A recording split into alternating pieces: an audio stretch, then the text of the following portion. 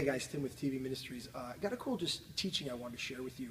I was sharing the other day about how Jay and myself are calling out words of knowledge at this event, and specifically I had a word for the clavicle bone and the neck, and multiple people responded to the word. But one reason we like to call the words out in front of the congregation is, well, there's a twofold basically. The first fold is you want to know you're hearing from God.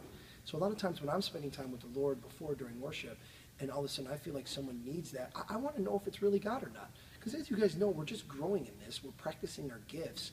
And the church is supposed to be an atmosphere where we can practice in faith and not be afraid that maybe we might not be hearing God. And a lot of times fear sets in and people are afraid to just take a simple risk.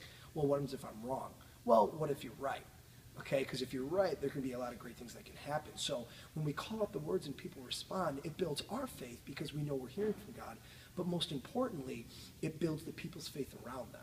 Because now other people who may be just visitors to the church or just simply showing up with a friend now see people responding to the words. Well, obviously the best part is when you call them up and pray in front of everybody and they get healed. Because now the whole manifold operation of everything happened. And that's what we got to do.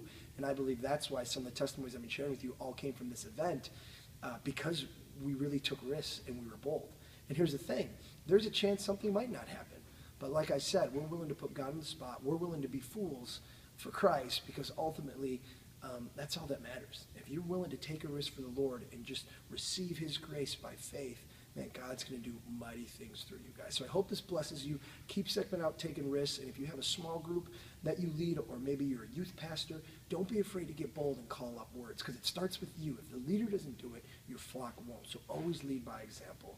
Remember, guys, the kingdom's not a matter of talk, but of power.